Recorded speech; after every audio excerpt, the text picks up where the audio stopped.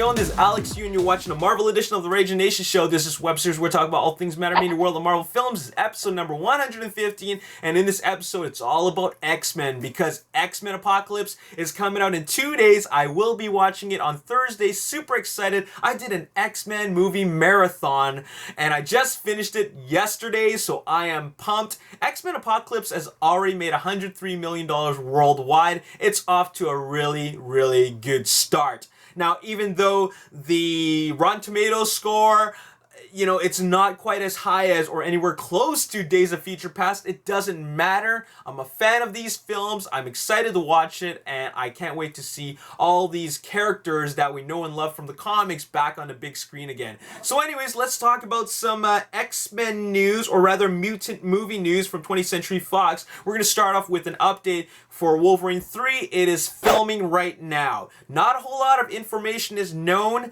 about what's going on with Wolverine 3, but all we know is that, of course, it's going to be directed by James Mangold, who directed the Wolverine. It's rated R, and it's going to have the Old Man Logan story arc.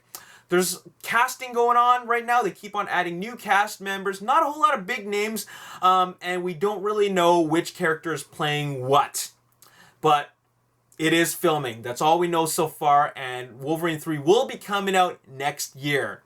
Now, moving on, we got to talk about another movie involving mutants, and that is the New Mutants, which will be written and directed by Josh Boone. Now, there's no word on when this movie is actually coming out because they just don't have a release date while this movie is still in the early stages of development. In fact, we don't even have an official idea, or rather an official announcement of which characters are going to be appearing in the New Mutants, but Josh Boone actually teased us on Twitter who may appear. Now, this is not an official confirmation. This is just who he posted photos of on his Instagram. So we have Magic, who is the sister of Colossus and a powerful sorceress capable of teleporting. We also got Wolfsbane, who can change into a lycanthrope at will. By lycanthrope, I mean werewolf. There's Danny Moonstar, aka Cayenne, aka Mirage, who can visualize other thoughts, especially their fears. We got Cannonball, who can thrust himself and fly with an energy propulsion. And then there's Sunspot, who can absorb and channel solar radiation to both fly and create energy blast. Now, we did see a version of Sunspot in Days of Future Past, so it's possible this character could be played by a different actor. And then there's Warlock, a techno-organic being capable of changing size and shapes. Really, really exciting stuff. This is something to get excited about because this is like a new generation of X-Men. And we have a pretty solid director, or rather a storyteller, who's going to bring that story to us. So I'm really excited to see something fresh and new in the X-Men universe. Now, what's really, really exciting is actually that Simon Kinberg, the producer of pretty much most of these X-Men films, has confirmed that Professor X will appear in New Mutants, and filming could begin in as early 2017, which is early next year. And if it does film early in 2017, it will have a summer 2018 release. So pretty awesome stuff, okay? Now, there is a lot of stuff going on over at 20th Century Fox because they want to get the ball rolling with their X-Men universe. Because we do, of course, know that Deadpool 2 is happening, X-Force is eventually going to happen, there's the Wolverine 3 film that's filming right now, the New Mutants, but what about a continuation of X-Men? What happens after X-Men Apocalypse? Is that it for, the main characters? Well, actually, Simon Kinberg did confirm, or rather reveal, that the next X-Men film will take place in the 90s. Now, he didn't mention whether or not it will be a new X-Men installment or Josh Boone's New Mutants film. So here's what could happen, okay? The New Mutants film will take place in the 90s, or we're going to have a new X-Men film that takes place in the 90s. Now, if it is the new X-Men film, then we're going to see some familiar faces with the addition of a couple of new faces. But I have a feeling it could be a new X-Men film, mainly because they introduce characters in Apocalypse like the Cyclops and Jean Grey and Nightcrawler and you know, there's so many characters that they introduce. It would be a shame to just have them only appear in Apocalypse and then they get written off because New Mutants is the new X-Men film. You know what I'm saying?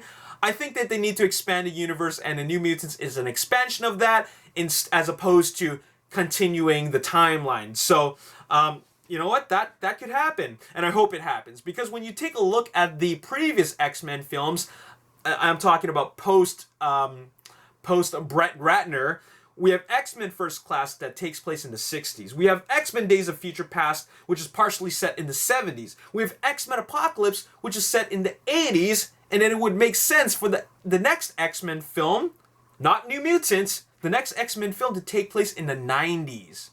That would actually make a lot of sense, and that is something that I think would get a lot of the fans really excited, because we're seeing this progression, not only in the timeline, but with these characters as time progresses. So, very, very exciting stuff. Now, of course, the X-Men have faced all kinds of villains. In the First Class, they fought the Hellfire Club. In the second one, it was, in Days of Future Past, it was the Sentinels. In Apocalypse, it's Apocalypse. Then who would the X-Men fight in the next installment? There's so many options. You know what? Why don't you let me know in the comment section below? Here's the crazy part about the new X-Men film. It's possible that Bryan Singer, who gave us X1, X2, he produced First Class, he directed Days of Future Past, he directed Apocalypse. It's possible he may come back for another round of X-Men. It's possible. The reason why it's possible is because he actually stated that he regretted not directing X-Men The Last Stand. Had it been directed by Bryan Singer, you know, it would have been a way better film. All right, Brett Ratner, he kind of messed up the timeline, but I think Bryan Singer would have done a way better job. And here's what he had to say about possibly directing or working on the next film. If I am the guy to produce or direct it, my input will grow to where I'm either finding a director like Matthew Vaughn, who did a magnificent job directing X-Men First Class, or I'll be on set myself back in the same universe just trying to make a difference. You know what? Bryan Singer, I think, is a very strong driving force behind all the X-Men films, because he actually has pitched a lot of ideas, such as he actually talked to Fox Studios about making the X-Force film rated R. Now, there's no word on it if it's going to be rated R, but he pitched the idea of having it being rated R, especially because it's in the world of the Deadpool universe, which initially started off with it being rated R, and it's going to continue to being rated R. If they go into X-Force, it only makes sense for them to have it made it rated R. Now, not only that, Bryan Singer is also someone who pitched the idea of the X-23 character to James Mangold's Wolverine film. I'm talking about Wolverine 3, which is filming right now. There's no word on if we're going to see X-23, but if X-23 does appear in Wolverine 3, it was Bryan Singer's idea. So that shows you how much he's really involved with the X-Men universe. And I think he should stay on board for what comes after Apocalypse. So there you have it. Anyways, that's not the only thing that I'm here to talk about. I got to talk about another property over at 20th Century Fox, and that is Fantastic Four. What's happening with the sequel? Because originally there was a date locked in for a sequel. It's not happening anymore because, well, Fantastic Four was a flop. And, you know, they took the sequel right off the calendar. But Simon Kinberg, the producer of these X-Men films and Deadpool and, you know, Fantastic Four, he actually mentioned that he's still interested in bringing the same cast back for a brighter and more fun Fantastic Four. Fantastic Four was really, really dark, and he wants to actually bring the same cast back for a much more fun sequel. Here's what I gotta say about that, okay? Let me put my phone down. Fantastic Four, the sequel, I don't care if it gets 99% on Rotten Tomatoes and it has a really, really positive early test screening. The fans will not go watch it. The fans will not show this sequel or this property any more love. You know why? Because the first one was okay at best. It was actually kind of sucky. The second one, Rise of the Silver Surfer, was a huge letdown. This reboot, was a complete disappointment, and that's 3 strikes in a row. Bringing them back is just pointless. The fans are not going to show the same amount of love. It's not going to happen. It does not matter at this point. Now, I know that 20th Century Fox wants to keep this property, Fantastic Four, within their studio. It's, it's one of their, like, they own it. They own it right now. They have the license, right? But after 8 years, it's going to expire, and it's going to revert back to Marvel. And I just can't see them doing anything good with this.